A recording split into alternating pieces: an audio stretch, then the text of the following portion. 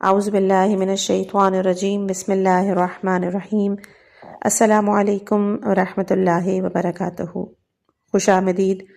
آج ہم ایک ایسی عظیم الشان کتاب کا آغاز کر رہے ہیں کہ جو براہ راست امام زمانہ عجل اللہ فرجہ الشریف کی خوشنودی اور ان سے تعلق مضبوط کرنے کے لیے لکھی گئی۔ کتاب کا نام ہے مکیال المکارم اور اردو ترجمے میں اس کا جو نام ہے وہ ہے ارتباط منتظر، جس کے مصنف ہیں آیت اللہ سید محمد تقی موسوی اصفہانی۔ آئیے اس روحانی سفر کا آغاز کرتے ہیں، اور اس کتاب کی جتنی بھی آڈیوز ریکارڈ ہوں گی اس کے لیے آپ پلے لسٹ بنامے مکیال المکارم میں جا کر ملاحظہ کر سکتے ہیں۔ آج اس کتاب کا انشاءاللہ کہ ہم حصہ نمبر 7واں بیان کریں گے۔ صاحب الزمان کے ظہور میں تعجیل، بے شک امام زمانہ علیہ السلام کے لیے دعا کا انتظار کرنا ان کے شرائط کے ساتھ کہ جو ممکن ہو تو آپ کا ظہور جلدی ہوگا۔ اس معنی پر دلیل ایک روایت ہے کہ بہار میں عیاشی نے فضل بن ابی قرہ سے نقل کیا کہ میں نے امام صادق علیہ السلام کو یہ فرماتے ہوئے سنا، خدا نے ابراہیم پر وحی فرمائی کہ اس کے لیے فرزند پیدا ہوگا۔ بس آپ نے سارا کو بتایا، لیکن سارا نے کہا کیا مجھ سے بچہ پیدا ہوگا جبکہ میں بوڑھی ہو چکی ہوں؟ بس خدا نے وحی فرمائی سارا کی اولاد ہوگی اور وہ 400 سال زحمت اور مشقت میں رہے گی۔ امام صادق علیہ السلام نے فرمایا کہ جب بنی اسرائیل نے مشکلات پیدا کی اور حضرت ابراہیم علیہ السلام کی اولاد کے لیے دائرہ تنگ ہو گیا، یعنی بنی اسرائیل پریشانیوں اور غم میں مبتلا ہوئی، تو انہوں نے 40 دن خدا کی بارگاہ میں گریہ کیا۔ خدا نے حضرت موسیٰ علیہ السلام اور ہارون علیہ السلام کو وحی فرمائی کہ وہ فرعون سے نجات پائیں گے، بس 170 سال ان سے پہلے مصائب ختم ہوئے، یعنی ابھی 170 سال اور مصائب کے لیے تھے، لیکن خدا نے انہیں نجات دی۔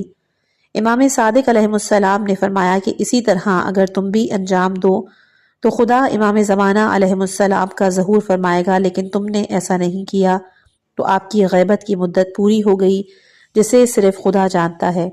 اس حدیث کی وضاحت کرنے کی ضرورت ہے کہ جو شخص جیسا عمل انجام دیتا ہے وہ اس کی اولاد تک پہنچتا ہے۔ امام صادق علیہ السلام نے یہ آیت سورہ کہف کی آیت نمبر 82 کہ باقی رہا دیوار کا معاملہ، تو وہ اس شہر کے 2 یتیم بچوں کی تھی اور اس کے نیچے ان بچوں کا خزانہ دفن تھا۔ وہ ان کا باپ نیک آدمی تھا، تو تمہارے پروردگار نے چاہا کہ وہ بچے اپنی جوانی کو پہنچیں اور اپنا خزانہ نکالیں۔ اس کے بارے میں فرمایا کہ وہ 2 یتیم اپنے صالح باپ سے 7 پشت کا فاصلہ رکھتے تھے، یہ اس لیے کہ حکمت اور مصلحت ہم پر مخفی ہے اور بعض آیات اور روایات میں روشن ہے۔ ایک قسمہ ہے انبیاء علیہ السلام اور ائمہ علیہ السلام کی پیروی۔ امام زمانہ علیہ السلام کے ظہور کے لیے دعا کرنا سنت رسول خدا صلی اللہ علیہ وآلہ وسلم اور ائمہ اہل بیت علیہ السلام ہے۔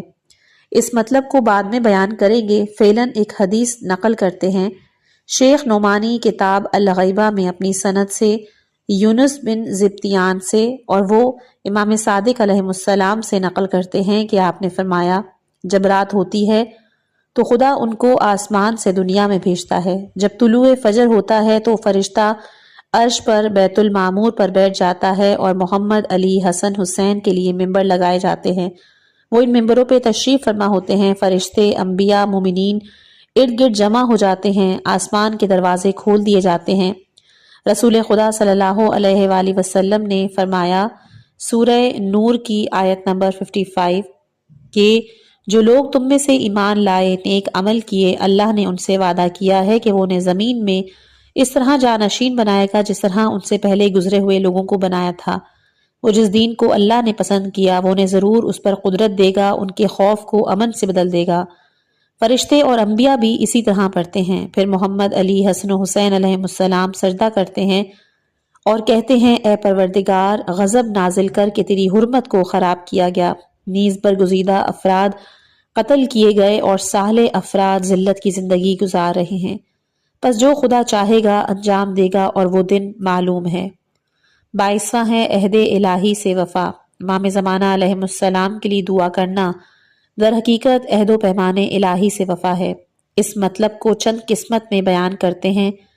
اول تو بے شک عہد الہی کے وفا واجب ہے۔ خدا وند متعال فرماتا ہے میرے عہد کی وفا کرو تاکہ میں تمہارے عہد کی وفا کروں۔ نیز فرماتا ہے اور اپنے عہد کو پورا کرو، بے شک عہد کے بارے میں تم سے باز پرس کی جائے گی۔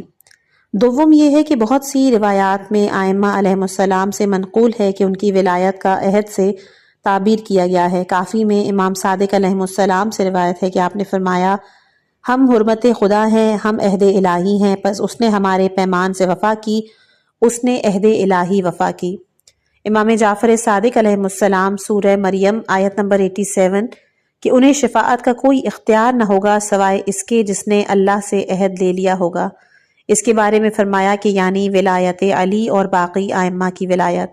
نیز امام صادق علیہ السلام نے سورہ اسراء آیت نمبر 34 کہ اور اپنے عہد کو پورا کرو، بے شک عہد کے بارے میں تم سے باز پرس کی جائے گی، اس کے بارے میں فرمایا کہ یہ وہ عہد ہے کہ جسے رسول خدا صلی اللہ علیہ وآلہ وسلم نے ہماری مودت اور اطاعت امیر المومنین علیہ السلام کے لیے لیا ہے۔ سوم ہے عہد سے وفا 6 امور سے حاصل ہوتی ہے۔ پہلی، امامت و ولایت پر یقین قلبی، دوسری ان سے مودت قلبی، تیسری ان کے دشمنوں سے بغض، چوتھی تمام امور میں ان کی پیروی اور اطاعت، پانچویں کہ زبان اور دوسرے اعضاء سے اعتقاد قلبی کا اظہار کرنا، اور چھٹا کہ ہر حال میں ان کی مدد کرنا۔ 23واں ہے والدین کے لیے دعا کرنے والوں کے لیے آثار، وہ تمام آثار فوائد کی جو دنیا اور آخرت میں والدین سے نیکی سے مربوط ہیں۔ امام زمانہ علیہ السلام کے لیے دعا کرنے والے کے لیے بھی ہیں، تو تمام لوگوں میں سے حقیقی باپ امام زمانہ علیہ السلام ہے، پس ان پر ظلم کرے وہ آق ہے، اور ان سے جو نیکی کرتا ہے اس نے اپنے والدین سے نیکی کی۔ 24واں ہے امانت کی ادائیگی، امام امانت الہی ہیں، جیسے کہ زیارت جامعہ میں ملتا ہے کہ تم ہی روشن ترین میسر ہو اور استوار ترین راہ، دنیا میں شہید اور آخرت میں شفاعت کرنے والے۔ شیخ ابو الحسن نے مرات الانوار اور مشکات الاسرار میں لکھا ہے کہ امانت خود ائمہ اور ان کی ولایت مراد ہے، ان کی اطاعت واجب ہے۔ حدیث ثقلین کے جو سنی اور شیعہ نے نقل کی اس مطلب پر شاہد ہے۔ ایک زیارت میں ہے کہ میں شہادت دیتا ہوں تم امانت محفوظ ہو، ایک اور زیارت میں ہم پڑھتے ہیں کہ تم امانت نبوت ہو، یعنی امانت رسول خدا صلی اللہ علیہ وآلہ وسلم۔ تفسیر فرات میں امام باقر علیہ السلام فرماتے ہیں کہ ہم ہیں وہ امانتیں کہ جو آسمان اور زمین پر اور پہاڑوں پر دی گئی ہیں۔ خلاصہ یہ کہ ائمہ امانت الہی ہیں جسے حفظ کیا اور حمایت میں قرار دیا گیا۔ آدم سے لے کر آخر تک ائمہ کے آباء و اجداد میں کوئی کافر نہیں، جیسے کہ ہم زیارت میں پڑھتے ہیں لم تنجسک الجاہلیہ بانجاسہا ولم تلمسک المدلحمات من ثیابہا۔ امام صادق علیہ السلام نے فرمایا کہ خدا نے آدم کی نسل سے پاک و پاکیزہ اور طاہر پیدا کیے، ان سے انبیاء اور رسل آئے۔ 25واں ہے وجوب حفظ امانت، عقل اور شرع میں امانت کی حفاظت واجب ہے اور واپس کرنا بھی واجب۔ عقل کہتی ہے کہ امانت میں خیانت ظالم ہے اور ظلم کسی صورت میں جائز نہیں۔ قرآن میں خداوند متعال فرماتا ہے، اے مسلمانوں، اللہ تمہیں حکم دیتا ہے کہ امانتیں اہل امانت کو ادا کرو۔ نیز فرماتا ہے کہ اور جو اپنی امانتوں اور عہد و پیمان کا لحاظ رکھتے ہیں۔ نیز کہتا ہے، اے ایمان والوں، سمجھتے بوجھتے ہوئے اللہ اور رسول سے خیانت نہ کرو۔ 26واں ہے دعا کرنے والے کے دل میں امام کا اشراق نور، اس مطلب کے لیے بھی چند نکات تحریر ہیں۔ اول تو بے شک انسان کی حالت مختلف اعمال کے سبب کہ جو انسان سے صادر ہوتے ہیں اس کے دل میں تبدیلیاں آتی رہتی ہیں، اس مطلب پر آیات اور روایات دلالت کرتی ہیں۔ خدا اہل ایمان کے اوصاف بیان کرتے ہوئے سورہ انفال آیت نمبر 2 میں فرماتا ہے، کامل ایمان والے تو بس وہ ہیں کہ جب اللہ کا ذکر کیا جائے تو ان کے دل دہل جاتے ہیں۔ اہل کفر اور طغیان کرنے والوں کے بارے میں سورہ بقرہ آیت نمبر 74 میں ہے، اے بنی اسرائیل، پھر اس کے بعد تمہارے دل ایسے سخت ہو گئے کہ گویا وہ پتھر ہیں بلکہ اس سے بھی زیادہ سخت۔ رسول خدا صلی اللہ علیہ وآلہ وسلم نے فرمایا کہ ایک دوسرے کا دیدار اور ایک دوسرے سے مذاکرہ گفتگو کرو، کیونکہ بیان حدیث سے دل کو جلو ملتا ہے۔ دوم ہے کہ جس قدر اعمال صالحہ خدا کے نزدیک با فضیلت ہوں اس کی تاثیر بھی زیادہ ہوتی ہے، دل کی روشنائی ملتی ہے۔ لہٰذا خدا رسول کی معرفت کے بعد محمد و ولایت امیر المومنین اور اہل بیت علیہم السلام ہم بہت اہم اور اجر ہے۔ اسی لیے امام باقر نے کہا، اے ابو خالد، خدا کی قسم، امام کا نور مومنین کے دلوں میں آفتاب کی مانند درخشاں ہے اور دن سے زیادہ روشن۔ اے ابو خالد، ہمیں صرف وہی دوست رکھے گا جس کے دل میں ہماری ولایت ہو۔ خدا اس کے دل کو پاک کرتا ہے کہ جس دل میں ہماری ولایت ہو، روز قیامت ہمارے ماننے والے خوف سے محفوظ ہوں گے۔ اس مطلب پر ایک روایت شاہد ہے کہ جو خزائج میں ابو بصیر سے نقل ہے کہ امام باقر علیہ السلام ان کے ساتھ مسجد میں داخل ہوئے اور اس وقت آپ جا رہے تھے۔ بس حضرت نے مجھ سے پوچھا کہ لوگوں سے پوچھو کیا مجھے وہ دیکھتے ہیں؟ میں ہر ایک سے پوچھا کہ کیا ابو جعفر کو تم نے دیکھا؟ تو لوگ کہتے ہیں نہیں، حالانکہ آپ کنارے کھڑے تھے، حتیٰ کہ ایک نابینا ابو ہارون داخل ہوا۔ حضرت نے فرمایا اس سے پوچھو۔ میں نے اس سے کہا کہ کیا تو نے ابو جعفر کو دیکھا ہے؟ اس نے کہا ہاں، یہی تو ہے جو کنارے کھڑے ہیں۔ میں نے کہا تو نے کیسے سمجھ لیا؟ اس نے جواب دیا کہ میں انہیں نہ دیکھتا، وہ ایک درخشندہ نور ہے۔ اس کے بعد طول عمر کا باعث۔ حضرت امام زمانہ علیہ السلام کے لیے دعا کا ہمیشہ اہتمام کرنا عمر طولانی کا سبب ہے، نیز دوسرے آثار اور فوائد صلہ رحمی بھی ہے۔ اس معنی پر ایک دلیل روایت ہے جو مکارم الاخلاق میں نقل ہوئی کہ ہر کوئی اس دعا کو ہر واجب نماز کے لیے پڑھتا ہے اور اس کی عمر اتنی طولانی ہوگی کہ امام زمانہ علیہ السلام کے زمانے کو پائے۔ آپ لوگوں کی آسانی کے لیے یہاں پر یہ دعا سامنے مینشن ہے، آپ لوگ اسکرین شاٹ لے کر اس کو اپنے پاس محفوظ کر سکتے ہیں۔ دوسرا ہے نیکی اور تقوی میں تعاون۔ امام زمانہ علیہ السلام کے ظہور کے لیے دعا کرنا نیکی اور تقوی میں تعاون ہے اور خدا نے اس کا حکم بھی دیا ہے۔ سورہ مائدہ آیت نمبر 2، نیکی اور تقوی میں ایک دوسرے کی مدد کرو۔ تیسرا، خدا کی نصرت۔ یہ وہ دعا کی نصرت کا سبب ہے کہ خدا دعا کرنے والے کی نصرت فرماتا ہے اور اس شخص کو خدا اس کے دشمن پر غلبہ عطا کرے گا۔ اس پر یہ آیت دلالت کرتی ہے کہ جو کوئی اللہ کے دین کی مدد کرے گا، اللہ ضرور اس کی مدد کرے گا۔ نیز فرمایا کہ اے ایمان والو، اگر تم اللہ کی مدد کرو گے تو اللہ تمہاری مدد کرے گا۔ پس مدد سے مراد ہے خدا کے اولیاء کی مدد کرنا۔ پس جس مدد کا ذکر ہو اس سے مراد اولیاء اوصیاء کی مدد کرنا ہے، لہٰذا امام زمانہ علیہ السلام کے لیے دعا کرنا ایک قسم کی خدا سے نصرت ہے۔ امام حسین علیہ السلام سے ملتا ہے کہ آپ نے شب عاشور فرمایا کہ میرے نانا نے مجھے خبر دی، اے فرزند حسین، تو کربلا میں بھوکا پیاسا شہید کیا جائے گا۔ پس جس نے اس کی مدد کی اس نے میری مدد کی، جس نے زبان سے ہماری مدد کی وہ۔ چوتھا ہے نور قرآن سے ہدایت۔ جیسا کہ بیان ہو چکا کہ امام زمانہ علیہ السلام کے لیے دعا کرنا مومن کے دل اشراق انوار الہی میں اضافے کا سبب ہے۔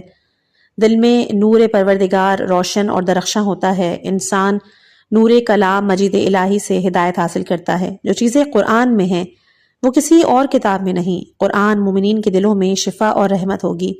نیز اس میں شک نہیں کہ ایمان جس قدر زیادہ ہوتا ہے انسان قرآن سے زیادہ فائدہ اٹھاتا ہے۔ جس طرح اگر کسی شخص کا مزاج اچھا ہے تو اسے غذا کی لذت آتی ہے، اور جس کا مزاج فاسد ہو وہ نہ صرف غذا سے لذت نہیں اٹھاتا بلکہ اس کے بدن کے لیے نقصان دہ ہوگی۔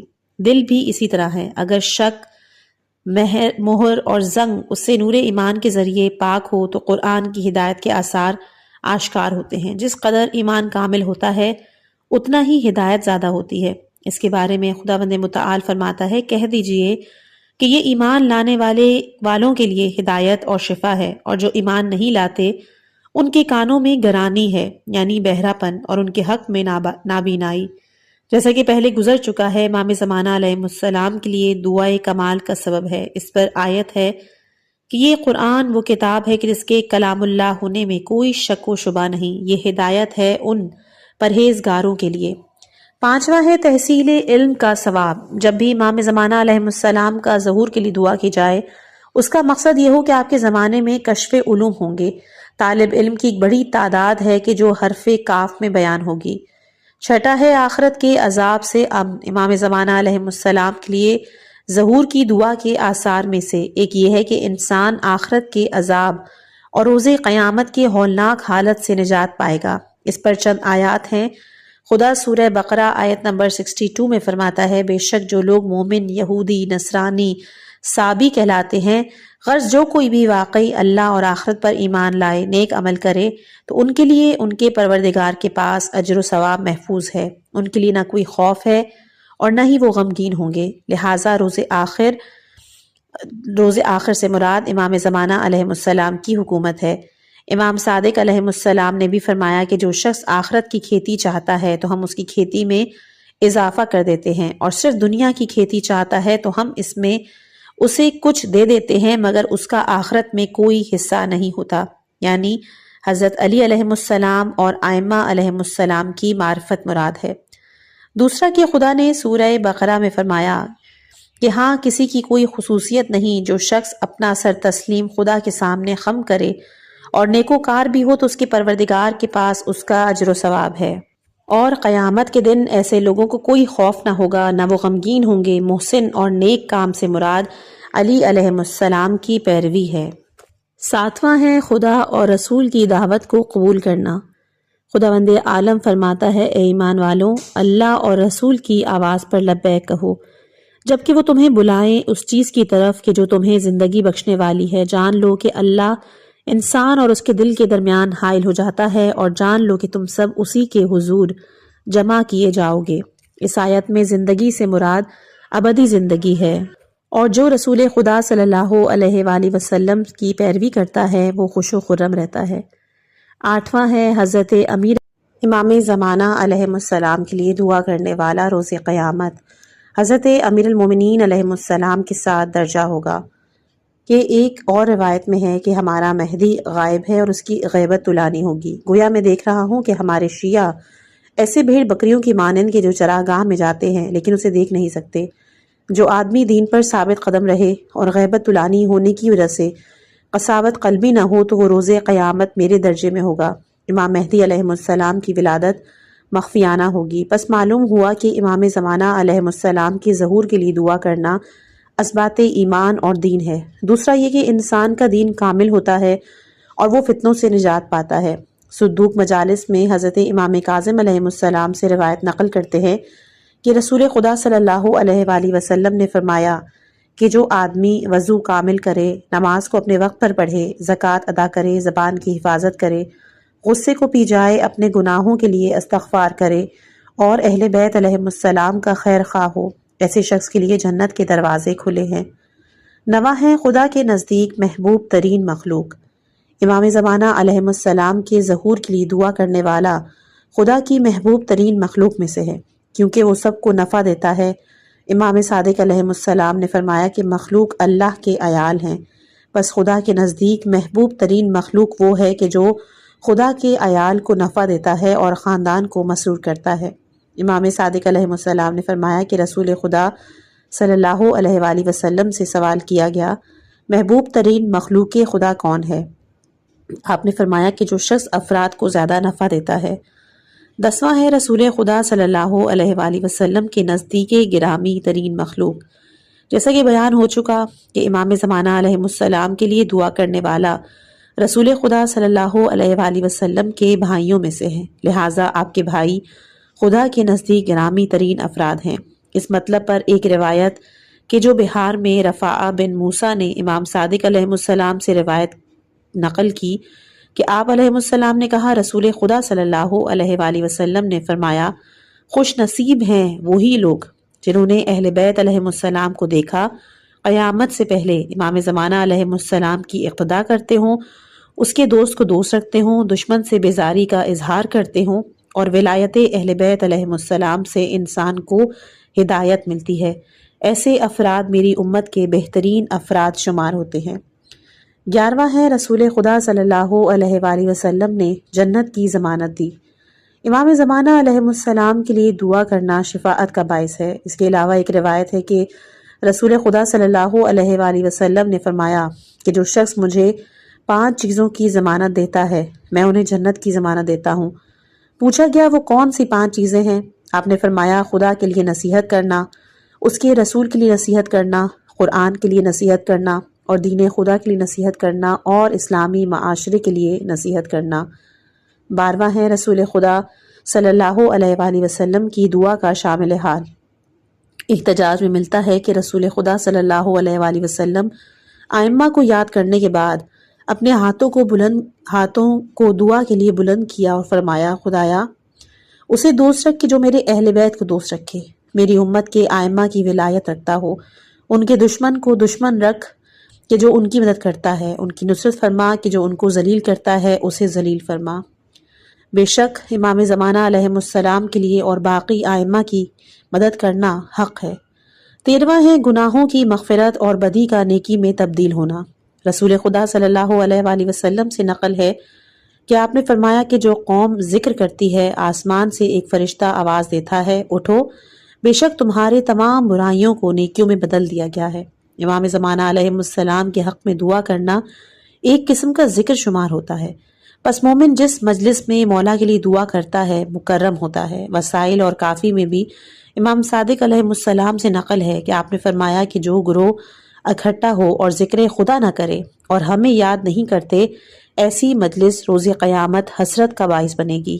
پھر فرمایا امام باقر علیہ السلام نے فرمایا کہ ہمارا ذکر خدا ہے، ہمارے دشمنوں کی یاد شیطان کی یاد ہے۔ 14 ہے عبادت میں خدا کی تائید۔ جو شخص ہمیشہ مولا امام زمانہ علیہ السلام کے لیے دعا کرتا ہے، یہ اس چیز کا سبب ہے کہ خدا انسان کی عبادت میں تائید کرتا ہے۔ رسول خدا صلی اللہ علیہ وآلہ وسلم نے فرمایا کہ خدا فرماتا ہے یہ اولیاء خدا ہیں۔ آیات اور روایات میں ملتا ہے کہ دعا اہم ترین عبادت میں سے ہے۔ بے شک اہل ایمان پر لازم ہے کہ ہر مکان اور زمان میں دعا کا اہتمام کریں۔ 15واں ہے اہل زمین سے دفع عذاب۔ امام زمانہ علیہ السلام کے لیے دعا کرنے والوں کے لیے اہل زمین سے عذاب کو دور کرتا ہے۔ حدیث قدسی میں ہے کہ وہ ایسے ہے کہ اگر میں چاہوں تو زمین کو عذاب سے ہلاک کروں اور ان کے ذریعے اہل زمین کو عذاب سے دفع بھی کر سکتا ہوں۔ امام باقر علیہ السلام نے فرمایا کہ لوگوں پر ایک وقت آئے گا کہ ان کا امام غائب ہوگا، خوش نصیب ہیں وہ افراد کے جو دین میں ثابت قدم رہیں، اور کم ترین ثواب کے جو انہیں ملے گا وہ یہ ہے کہ خدا انہیں ندا دے گا، میرے بندوں کنیزوں میرے اسرار پر ایمان لے آؤ، میری غائب کو تصدیق کرو، حق تم سے قبول کرتا ہوں، تمہیں معاف کرتا ہوں، تم سے اپنے بندش کو بارش سے سیراب کروں گا، اگر تم نہ ہوتے تو ان میں اپنا عذاب نازل کرتا۔ معذرت۔ 16واں ہے مظلوم کی مدد۔ امام عصر مظلوم ہیں، ان کے لیے دعا ان کی مدد کرنے کے مترادف ہے، اور یہ کسی پر پوشیدہ اور مخفی نہیں ہے۔ عقل اور نقل سے ثابت ہے کہ مظلوم کی مدد کرنا حسن ہے۔ بہار میں ملتا ہے امام صادق علیہ السلام نے فرمایا خدا مومن کا یار ہے اس وقت تک جب تک مومن اپنے مومن بھائی کی مدد کرتا ہو، اور آپ سے ہی مروی ہے کہ جو مومن کسی مظلوم کی مدد کرتا ہے یہ کام 1 ماہ کے روزے مسجد الحرام میں اعتکاف بیٹھنے سے زیادہ ثواب ملتا ہے۔ جو شخص اپنے مظلوم بھائی کی مدد کرنے کی قدرت رکھتا ہو اور اس کی نصرت کرے ایسے شخص کو اس کی نصرت کرے، خدا ایسے شخص کو دنیا اور آخرت میں مدد کرتا ہے۔ اور آپ ہی سے منقول ہے کہ آپ نے فرمایا کہ جو شخص کسی کی فریاد کو پہنچے، اس کے غم کو دور کرے، اس کی حاجت پوری کرے، خدا کے نزدیک ایسے فرد کے لیے 72 نیکیاں ملتی ہیں۔ 28واں ہے امام علیہ السلام کے حق میں دعا کے آثار اور برکات۔ آپ کے حق میں دعا کرنے کے آثار اور برکات ہیں اور انہیں چند موضوعات میں بیان کریں گے۔ پہلا بتائیں گے آثار فوائد تواضع، دوسرا تواضع کے معنی، تیسرا انواع تواضع۔ سب سے پہلے ہے آثار فوائد تواضع، یہ کچھ بیان ہو، اس میں بھی 6 فائدے نظر آتے ہیں۔ آثار مندرجہ ذیل ہیں۔ پہلا ہے تجلیل خدا۔ کافی میں امام صادق علیہ السلام نے فرمایا رسول خدا صلی اللہ علیہ وآلہ وسلم نے فرمایا کہ تجلیل خدا وسائل میں حضرت فرماتے ہیں بے شک تجلیل کی اقسام میں سے ایک قسم یہ ہے کہ بوڑھے مرد کا اکرام کرنا۔ نیز آپ نے فرمایا کہ خدا کی تجلیل ایک قسم یہ ہے کہ سفید داڑھی والے مومن کا احترام کرنا۔ جس نے کسی مومن کا اکرام کیا اس نے خدا کی کرامت سے آغاز کیا، اور جس نے سفید داڑھی والے کو حقیر سمجھا خدا اس کی موت سے پہلے اس کی طرف کسی کو بھیجے گا کہ جو اسے حقیر سمجھے گا۔ اسی طرح رسول خدا صلی اللہ علیہ وآلہ وسلم سے نقل ہے کہ آپ نے کہا بوڑھے لوگوں کا احترام کرو کیونکہ یہ تجلیل خدا ہے۔ دوسرا ہے روز قیامت خوف سے امان۔ وسائل میں امام صادق سے منقول ہے کہ آپ نے کہا رسول خدا صلی اللہ علیہ وآلہ وسلم نے فرمایا کہ جو شخص بزرگ انسان کا احترام اس کے سن کی وجہ سے کرے خدا اسے روز قیامت خوف سے امان میں رکھے گا۔ تیسرا تقرب الہی۔ اصول کافی میں امام صادق علیہ السلام نے فرمایا کہ جن چیزوں کو خدا نے حضرت داؤد علیہ السلام کو وحی نازل کی، ان میں سے ایک ہے کہ اے داؤد، سب سے زیادہ خدا کے نزدیک بندے تواضع کرنے والے ہیں، اور خدا سے دور ترین افراد وہ ہیں کہ جو متکبر ہیں۔ چوتھا، امام زمانہ علیہ السلام کے بعض حقوق۔ رسول خدا صلی اللہ علیہ وآلہ وسلم نے فرمایا، ایک مومن پر دوسرے مومن کے 7 حق خدا نے واجب کیے، ان میں سے ایک اس کی غیبت میں اسے تجلیل کرنا ہے۔ پانچواں ہے حصول محبت، کہ جو شخص امام زمانہ علیہ السلام کے لیے دعا کرتا ہے وہ مولا کے نزدیک محبوب ہوتا ہے، کیونکہ یہ عمل احسان اور اظہار محبت ہے۔ کسی تعظیم یا تکریم کرنے سے اس کے دل میں محبت کا بیج بویا جاتا ہے، بلکہ لوگوں میں تواضع کی صفت پیدا ہوتی ہے۔ مولا علی علیہ السلام نے فرمایا کہ 3 چیزیں محبت کا موجب ہیں: حسن خلق، اچھا برتاؤ اور تواضع۔ امام باقر نے بھی فرمایا کہ 3 چیزیں محبت کا سبب ہیں: قرض دینا، تواضع اور بخشش۔ چھٹا ہے خدا کے نزدیک رفعت اور بلند مرتبہ۔ اصول کافی میں امام صادق علیہ السلام نے فرمایا کہ رسول خدا صلی اللہ علیہ وآلہ وسلم سے منقول ہے، صدقہ صاحب صدقہ کے رزق میں اضافہ کرتا ہے، پس صدقہ دو، خدا تم پر رحمت کرے گا۔ بے شک تواضع کرنے والے کو خدا کی بارگاہ میں رفعت بلندی حاصل ہوتی ہے، پس تواضع کرو کہ خدا تمہیں رفعت و بزرگی عطا کرے، پس عفو کرو تاکہ خدا تمہیں عزت دے۔ امام جعفر صادق فرماتے ہیں کہ بے شک آسمان میں 2 فرشتوں کو خدا نے مامور کیا کہ جو خدا کے لیے تواضع کرتے ہیں اور اس کا مرتبہ بلند کرتے ہیں، تکبر جو کرتا ہے اسے پست کرتے ہیں۔ اصول کافی میں امام کاظم سے منقول ہے کہ فرمان خدا ہے کہ خدا نے پہاڑوں پر وحی کی، میں اپنے بندے حضرت نوح کی کشتی کو پہاڑوں پر قرار دوں، پہاڑوں نے قبول نہ کیا، لیکن کوہ جودی نے تواضع کی، پس حضرت نوح علیہ السلام کی کشتی اس پر ٹھہری۔ اب ہم تواضع کا مطلب بتائیں گے۔ ہمیں معلوم ہو جانا چاہیے کہ تواضع اور تکبر ایک نفسیاتی کیفیت کا نام ہے، ہر ایک سے آثار ظاہر ہوتے ہیں۔ تواضع یعنی ایک آدمی اپنے آپ کو غیر کے سامنے حقیر سمجھے۔ تکبر یہ ہے کہ آدمی اپنے آپ میں دوسروں کی نسبت بزرگ جلوہ کرے اور دوسرے کو اپنی نسبت حقیر سمجھے۔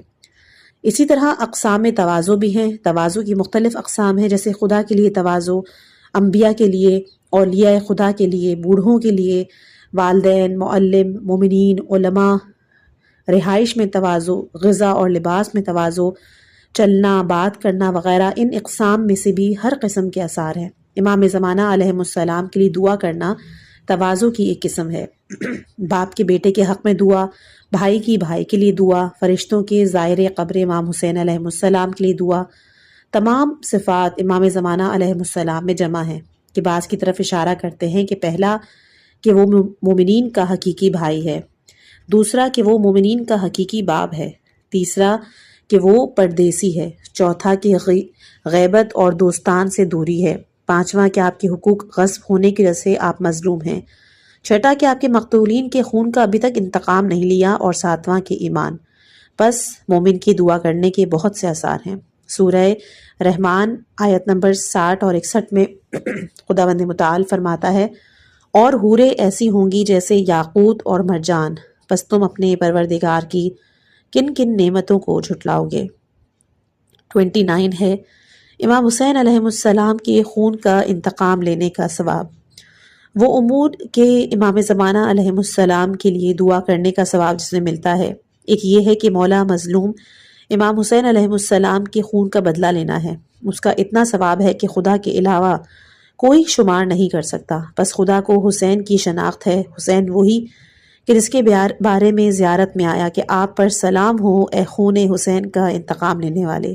امام حسین کے خون کے بدلے کا وظیفہ تمام مسلمانوں پر ہے، کیونکہ آپ کی ذات حقیقی باپ جیسی ہے۔ اس مطلب کا معید سورہ احقاف کی آیت نمبر 15 بھی ہے کہ ہم نے انسان کو اس کے ماں باپ کے بارے میں حسن سلوک کرنے کا تاکیدی حکم دیا۔ یہاں والدین سے مراد حسنین ہیں، چنانچہ زیارت عاشورہ میں بھی ہم پڑھتے ہیں، مجھے نصیب کر آپ کے خون کا بدلہ لینا اس امام کے ساتھ کہ جو ہدایت دینے والا، مہربان، رہبر حق، بات زبان پر لانے والا۔ کامل الزیارات میں امام جعفر صادق علیہ السلام سے خدا کی طرف سے ایک فرمان ہے کہ اور جو شخص ناحق قتل کیا جائے تو ہم نے اس کے وارث کو قصاص کا اختیار دے دیا ہے۔ اس کے بارے میں فرمایا کہ وہ امام زمانہ علیہ السلام ہیں۔ امام حسین علیہ السلام کے خون کا بدلہ لیں گے۔ 30واں ہے روز قیامت، آپ علیہ السلام کے نور کی درخشندگی۔ اس موضوع کے لیے بھی دو مطلب بیان کریں گے۔ ایک یہ کہ روز قیامت مومن کا نور درخشاں ہوگا۔ پہلے بیان ہو چکا کہ مولا صاحب الزمان کے لیے دعا کرنا ثبوت ایمان اور کمال حاصل ہوتا ہے۔ اس پر قرآنی آیات بھی دلیل ہیں۔ قرآن میں خداوند عالم سورہ حدید آیت نمبر 13 میں فرماتا ہے، جس دن منافق مرد اور منافق عورتیں ایمان والوں سے کہیں گے ذرا ہمارا انتظار کرو کہ ہم بھی تمہارے نور سے کچھ روشنی حاصل کریں۔ امام صادق سے مروی ہے کہ روز قیامت لوگوں کے لیے ان کے ایمان کے مطابق نور تقسیم ہوگا۔ منافق کا نور خاموش ہوگا۔ منافقین مومنین سے التماس کریں گے اپنی جگہ کھڑے رہیں کہ وہ نور سے فائدہ اٹھا سکے۔ نیز امام صادق علیہ السلام سے بھی منقول ہے کہ آپ نے کہا، رسول خدا صلی اللہ علیہ وآلہ وسلم نے فرمایا کہ اے علی، تو اور تیرے شیعہ جب اپنی اپنی قبروں سے باہر آئیں گے، ان کے چہرے 14ویں کے چاند کی مانند نورانی ہوں گے، اور سختی تم سے دور ہو جائے گی، خدا کے عرش میں قرار دیا جائے گا۔ لوگ ڈریں گے اور خوف کی حالت میں ہوں گے، لیکن تم پر کوئی خوف نہیں ہوگا۔ لوگ غمگین ہوں گے، لیکن تم پر کوئی غم نہیں ہوگا۔ لوگ حساب دیں گے اور تمہارے لیے وسیع نعمتوں کا باغ لگایا جائے گا۔ 31 ہے 70,000 گناہ گاروں کی شفاعت۔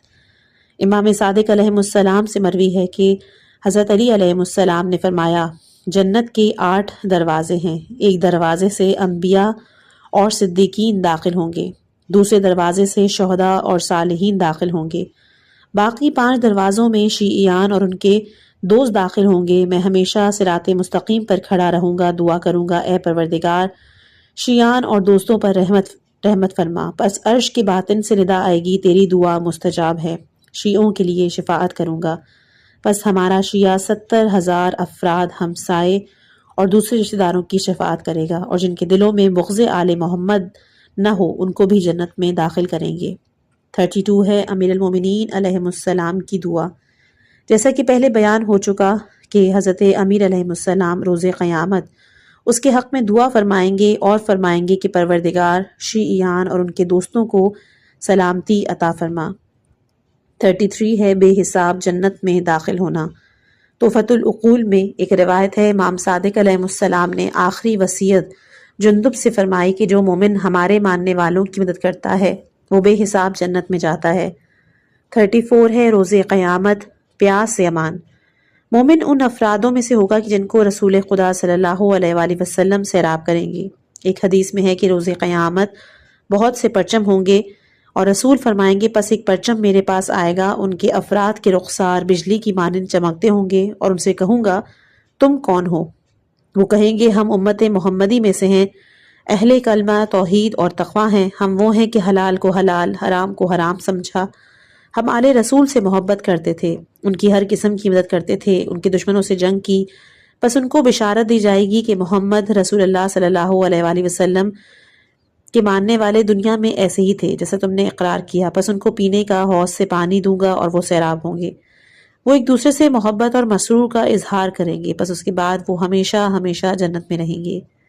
35 ہے جاودان جنت۔ جیسا کہ پہلے حدیث میں آپ جان چکے کہ دعا کمال کا سبب اور ایمان کی پائیداری کا باعث ہے، بے شک ایمان جاوداں جنت کا سبب ہے۔ 36 ہے ابلیس کے چہرے پر خراش۔ امام جعفر صادق علیہ السلام نے فرمایا کہ اے اسحاق، جتنا ہو سکے میرے دوستوں سے نیکی کرو، کیونکہ جب ایک مومن دوسرے مومن کی مدد کرتا ہے تو شیطان کے چہرے پر خراش آتی ہے اور اس کا دل زخمی ہوتا ہے۔ 37 ہے روز قیامت میں خاص تحفہ اور ہدیہ۔ اصول کافی میں مفضل امام جعفر صادق علیہ السلام سے نقل کرتے ہیں کہ آپ نے فرمایا بے شک مومن اپنے بھائی کو تحفہ دیتا ہے۔ میں نے عرض کی وہ تحفہ کیا ہے؟ آپ نے کہا جگہ دینا تاکہ وہ بیٹھے، غذا دینا، لباس دینا، سلام کرنا، پس وہ جنت میں جائے گا۔ خدا جنت کو وہی فرمائے گا میں نے تیری خوراک کو اہل دنیا پر حرام کیا سوائے انبیاء اوصیاء کے۔ جب روز قیامت ہوگی خدا جنت سے وہی فرمائے گا میرے دوستوں کو 2 برابر ثواب عطا کیا جائے۔ اس وقت جنت کا لباس اور حوریں باہر آئیں گی، پھر زیر عرش آواز آئے گی، بے شک وہی خدا ہے جس نے اس کو اس لیے حرام کیا کہ اس نے جنت کی غذا کھائی ہو۔ اس وقت دستے دراز کریں گے اور کھائیں گے۔ 38 ہے جنتی خدمت گزار۔ جنت میں خدا جنتی افراد کے لیے خدمت گزار معمور کرے گا، کیونکہ دعا نیکی اور احسان ہے۔ اصول کافی میں زید بن ارقم سے ملتا ہے کہ رسول خدا صلی اللہ علیہ وآلہ وسلم نے فرمایا، میری امت میں جو شخص کسی دینی بھائی کی خدا کے لیے مدد کرے یا اس پر مہربانی کرے تو روز قیامت جنت میں خدا اسے خدمت گزار نصیب فرمائے گا۔ 39 ہے خدا وسیع سایہ۔ امام مہدی علیہ السلام کے لیے دعا کرنے والا روز قیامت خدا کے وسیع سائے میں ہوگا۔ جب وہ آپ کی دعا میں مشغول ہوتا ہے، رحمت الہی اس پہ نازل ہوتی ہے۔ اصول کافی میں امام صادق سے روایت نقل ہے کہ رسول خدا صلی اللہ علیہ وآلہ وسلم نے فرمایا کہ جو شخص کسی مومن بھائی کے ساتھ ایک کلمے سے احترام کرتا ہے، اس کلمے کے ذریعے اس پر لطف ہوگی اور ہمیشہ خدا کے سائے میں ہوگا۔ 40واں ہے مومن سے خیر خواہ۔ مومن کے لیے واجب ہے کہ وہ مومن کے لیے حاضر اور غائب میں خیر خواہ ہو۔ امام صادق علیہ السلام سے نقل ہے کہ آپ نے فرمایا کہ تم پر لازمی ہے کہ رضائے الہی کے لیے مخلوق سے خیر خواہی کا اظہار کرو۔ 41 ہے فرشتوں کا حاضر ہونا۔ جس مجلس میں امام زمانہ علیہ السلام کے لیے دعا ہوتی ہے، اس جگہ پر فرشتے حاضر ہوتے ہیں۔ اسی طرح تمام مجالس میں دعا کرنے والے لوگوں کے لیے فرشتے بھی دعا کرتے ہیں۔ اس مطلب پر چند روایات ہیں کہ بہار میں رسول خدا صلی اللہ علیہ وآلہ وسلم سے مروی ہے کہ اگر تمہارا جنت کے باغات سے گزرنا ہو تو اس میں گردش کریں۔ لوگوں نے عرض کیا، یا رسول اللہ جنت کے باغات کیا ہیں؟ آپ نے فرمایا کہ ذکر کی زنجیر، کہ فرشتوں کا ایک کاروان ہے کہ جو دائرے میں ذکر خدا کرتے ہیں۔ اس حدیث سے بھی چند نکات ملتے ہیں۔ پہلا کہ مجالس ذکر سے مراد جتنی باغات ہیں، یعنی جہاں لوگ جمع ہوتے ہیں اور ذکر کرتے ہیں، وہاں فرشتے آتے ہیں۔ دوسرا، مومنین کے لیے مستحب ہے کہ وہ اجتماعی دعا کریں۔ اصول کافی میں امام صادق علیہ السلام نے بھی فرمایا کہ جب بھی 3 افراد جمع ہوتے ہیں تو وہاں فرشتوں کا نزول ہوتا ہے، پس اگر دعائے خیر کریں تو وہ آمین کہتے ہیں، اور اگر شر کی مجلس ہو تو وہ خدا کی پناہ مانگتے ہیں۔ فرشتے چاہیں کہ خدا ان پر شر کو دور کرے، اللہ کی درگاہ میں شفاعت کرتے ہیں۔ تیسرا ہے ذکر اور دعا کی مجالس میں شرکت کرنا مستحب ہے۔ بہار میں امام رضا سے منقول ہے کہ آپ نے فرمایا، مجلس علم و ذکر ہو، خدا فرشتوں سے فرماتا ہے ان کے لیے ثواب لکھ دو۔ امام رضا علیہ السلام نے فرمایا کہ جس مجلس میں ہماری احادیث بیان ہو، جس دن دل مردہ ہوں اس دن کا دل نہیں مرے گا۔ 42 ہے مباحات خداوند۔ خداوند عالم اس عمل یعنی امام زمانہ علیہ السلام کے لیے دعا کرنے سے اس کے فرشتے مباحات کرتے ہیں۔ 43 ہے فرشتوں کا استغفار کرنا۔ بہار الانوار میں امام صادق علیہ السلام سے مروی ہے کہ انہوں نے داؤد بن سرحان سے فرمایا کہ اے داؤد، میرے سلام میرے دوستوں اور پیروکاروں کو پہنچانا۔ خدا ایسے انسان پر رحمت کرے کہ جو ہمارے نام پر مذاکرہ منعقد کرتا ہے۔ ان میں تیسرا فرشتہ ہوتا ہے جو وہ افراد کے لیے دعا کرتا ہے۔ جب 2 افراد مل کر بیٹھتے ہیں، ہمارا ذکر کرتے ہیں، اس پر خدا فرشتوں پر فخر کرتا ہے۔ پس جب بھی جمع ہو ہماری احادیث بیان کرو اور ہمارے ذکر کا مذاکرہ برپا کرو اور لوگوں کو ہمارے 44 ہے ائمہ علیہ السلام کے بعد بہترین لوگ۔ جو لوگ ائمہ کی ذکر کو زندہ کرتے ہیں اور لوگوں کو ان کی طرف بلاتے ہیں، اس سے ائمہ کے آثار اور برکات باقی رہتے ہیں۔ در حقیقت دین کی بقا اسی میں ہے۔ اس سے معلوم ہوا کہ یہ عمل باقی مستحب اعمال سے بہتر ہے، خاص کر زمانہ غیبت میں۔ اگر مومنین اکٹھے بیٹھ کر ذکر اہل بیت علیہ السلام برپا کریں، علوم آل محمد علیہ السلام کی نشر و اشاعت اور مومنین سے حقائق کو بیان کرنا ایک قسم کی اہل بیت علیہ السلام کی مدد شمار ہوتی ہے۔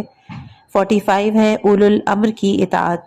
یہ دعا اولو الامر کی اطاعت ہے اور یہ بہترین چیز ہے کہ جس سے انسان کو تقرب الہی حاصل ہوتا ہے۔ خداوند عالم سورہ نساء آیت نمبر 59 میں فرماتا ہے، اے ایمان والوں، اطاعت کرو اللہ کی اور اطاعت کرو رسول کی، ان لوگوں کی جو تم میں سے صاحبان امر ہیں۔ اولو الامر سے مراد اہل بیت علیہ السلام ہیں۔ شیعہ سنی روایات میں ملتا ہے کہ اس آیت میں اولو الامر سے مراد محمد و آل محمد علیہ السلام ہیں۔ کافی، غیبت نعمانی، کمال الدین، غایت المرام، تفسیر برہان، بہار، مناقب وغیرہ میں یہ ذیل آیات میں بحث کو پیدا کیا جا سکتا ہے۔ جابر بن عبداللہ انصاری کہتے ہیں کہ جب رسول خدا صلی اللہ علیہ وآلہ وسلم پر یہ آیت نازل ہوئی تو میں نے عرض کی کہ یا رسول اللہ، خدا اور رسول کو ہم جانتے ہیں، لیکن اولی الامر سے کیا مراد؟ آپ نے کہا کہ وہ میرے آئمہ ہیں اے جابر، اور میرے بعد مسلمین کے آئمہ ہیں، ان میں سے پہلے علی، پھر حسن، پھر حسین، پھر علی ابن الحسین، پھر محمد ابن علی کہ جو تورات میں باقر کے نام سے معروف ہیں۔ اے جابر، تو ان کا زمانہ پائے گا، پس جب تو ان سے ملاقات کرے تو میرا سلام دینا۔ پھر محمد بن علی، پھر علی بن محمد، پھر حسن بن علی، اور وہ کہ جس کے ہاتھوں خدا مشرق اور مغرب کو فتح کرے گا۔ نیز ابو بصیر امام محمد باقر علیہ السلام سے نقل کرتے ہیں کہ آپ نے اس آیت کے بارے میں فرمایا کہ اس سے مراد ہم اہل بیت علیہ السلام ہیں۔ امام صادق علیہ السلام نے فرمایا کہ اس سے مراد حضرت علی علیہ السلام حضرت فاطمہ الزہرا سلام اللہ علیہا کی اولاد سے آئمہ ہیں۔ امام زمانہ علیہ السلام کے لیے دعا کرنا ان کی اطاعت کا مصداق ہے۔ 46 ہے خدا کی خوشنودی۔ امام زمانہ علیہ السلام کے لیے دعا کرنا سرور کا موجب اور رضائے الہی حاصل ہوتی ہے۔ جب مومن امام کے حق میں دعا کرتا ہے تو امام خوش ہوتے ہیں، اور امام کی خوشحالی خدا اور رسول کی خوشحالی ہے۔ اصول کافی میں ابو حمزہ سمالی سے روایت ہے کہ میں نے سنا امام باقر علیہ السلام نے فرمایا کہ رسول خدا صلی اللہ علیہ وآلہ وسلم نے فرمایا کہ جو آدمی کسی مومن کو خوشحال کرتا ہے اس نے مجھے خوشحال کیا، اور جس نے مجھے خوشحال کیا در حقیقت اس نے خدا کو خوشحال کیا۔ 47 ہے رسول اکرم صلی اللہ علیہ وآلہ وسلم کی خوشنودی کا سبب۔ امام صادق علیہ السلام نے فضل بن عمر سے فرمایا کہ جس نے کسی مومن کو سرور کیا، خدا کی قسم اس نے ہمیں سرور کیا، بلکہ خدا کی قسم رسول خدا کو خوشحال کیا۔ اصول کافی میں ابو بصیر سے روایت ہے کہ امام صادق علیہ السلام نے فرمایا کسی مومن کی حاجت کو پورا کرنا تو خود مومن زیادہ خوشحال ہوتا ہے۔ 48 ہے محبوب ترین اعمال۔ یہ اعمال خدا کی طرف سے محبوب ترین عمل ہے کہ جس سے امام کی خوشحالی ہوتی ہے۔ اصول کافی میں حضرت امام صادق علیہ السلام نے فرمایا کہ رسول خدا صلی اللہ علیہ وآلہ وسلم نے فرمایا کہ بے شک خدا کے نزدیک محبوب ترین عمل مومنین کو خوش کرنا ہے۔ 49 ہے عالم برزخ اور قیامت میں مونس۔ اصول کافی میں سدیر سے نقل ہے کہ امام صادق علیہ السلام نے ایک طولانی حدیث میں فرمایا کہ جب خدا مومن کو قبر سے اٹھائے گا اس حالت میں نکلتا ہے کہ آگے آگے راہ چلتا ہے۔ جب روز قیامت کا ہولناک ماحول کو دیکھتا ہے تو اس سے کہا جاتا ہے ڈرو مت، خدا کی طرف سے تمہیں خوشخبری ہے۔ پس اس کا حساب آسان ہوتا ہے اور جنت میں داخل ہوتا ہے۔ وہ شخص کہتا ہے کہ خدا رحمت کرے کہ تو نے مجھے خوش کیا اور کرامت الہی کی خوشخبری دی۔ 50واں ہے بہترین اعمال۔ امام زمانہ علیہ السلام کے لیے دعا کرنا اہل ایمان کے لیے موجب سرور ہے۔ مومن کو خوشحال کرنا بہترین اعمال میں سے ہے۔ امام حسین ابن علی علیہ السلام سے روایت ہے کہ میرے جد نے فرمایا کہ نماز کے بعد بہترین عمل مومن کو خوش کرنا ہے اور اس میں معصیت نہ ہو۔ میں نے دیکھا کہ ایک غلام کتے کے ساتھ کھانا کھا رہا تھا۔ اس کے بارے میں نے پوچھا تو اس نے کہا کہ اے فرزند رسول، میں غمگین ہوں، اس کتے کے ساتھ کھانا کھا کر خوش ہوتا ہوں کیونکہ اس کا مالک یہودی ہے اور اس سے جدا ہونا چاہتا ہوں۔ بس امام حسین علیہ السلام اس کے مالک کے پاس گئے اور 200 دینار دے کر اس غلام کو آزاد کر دیا۔ غلام نے کہا کہ آپ پر قربان جاؤں، یہ باغ اس مالک کو دوں گا اور تمہاری رقم واپس کر دوں گا۔ امام نے کہا کہ میں نے تجھے یہ رقم بخش دی۔ اس نے عرض کیا کہ میں نے رقم کو قبول کیا اور اسے غلام کو بخشتا ہوں۔ امام نے کہا کہ میں نے غلام کو آزاد کیا اور سب کچھ اسے بخش دیا۔ اس وقت اس کی بیوی نے کہا کہ میں مسلمان ہو گئی، میں نے اپنا حق مہر اپنے شوہر کو بخشا۔ یہودی نے کہا کہ میں بھی مسلمان ہو گیا اور میں نے یہ گھر اپنی بیوی کو بخش دیا ہے۔ 51 ہے زوال غم کا باعث۔ ایک اور حدیث سے ملتا ہے کہ مومن کو خوشحال کرنا غم و اندوز زائل ہوتے ہیں اور شادمانی اور نشاط حاصل ہوتا ہے۔ 52 ہے امام سجاد علیہ السلام کی دعا کہ جو امام زمانہ علیہ السلام کے لیے دعا کرتا ہے اس کے لیے اس دعا کے کئی فوائد اور آثار ہیں۔ پہلا، دعا اور طلب صلوات ہر روز۔ دوسرا، خدا کی طرف سے ان پر سلام۔ تیسرا، ان کے گناہ کی مغفرت۔ چوتھا، ان کے امور کی اصلاح۔ پانچواں، جنت میں آئمہ کا ہمسایہ ہونا۔ اس مطلب پر امام سجاد علیہ السلام کی دعائے عرفہ دلیل ہے کہ دعا کرنے کے بعد مولا اب کیونکہ یہ جو دعا ہے یہ کافی طولانی ہے اور میں تو ظاہر بات ہے اس کا ترجمہ ہی پڑھوں گی، تو انشاءاللہ کہ آپ کے لیے آنے والی جو اگلی آڈیو ہوگی اور اس میں انشاءاللہ کہ اس کتاب کا شاید اختتام بھی ہو جائے گا، لاسٹ پارٹ ہوگا اس کتاب کی حصہ نمبر اول کا، تو انشاءاللہ کہ کل آپ کے ساتھ امام سجاد علیہ السلام کی دعا کے ساتھ حاضر خدمت ہوتی ہوں۔ آئیے اس نشست کا اختتام اس دعا کے ساتھ کرتے ہیں کہ الہی ہمیں امام زمانہ عجل اللہ فرجہ شریف کے بہترین اعوان و انصار میں شمار فرما، ان کی زیارت سے ہماری آنکھوں کو روشن فرما۔ اللہم صلی علی محمد و آل محمد وعجل فرجہم اجمعین۔ اگر آپ کو یہ کوشش میری پسند آئی ہو تو اس چینل کو لائک، شیئر اور سبسکرائب ضرور کیجیے گا۔ اپنی خاص دعاؤں میں یاد رکھیے گا۔ والسلام علیکم ورحمۃ اللہ وبرکاتہ۔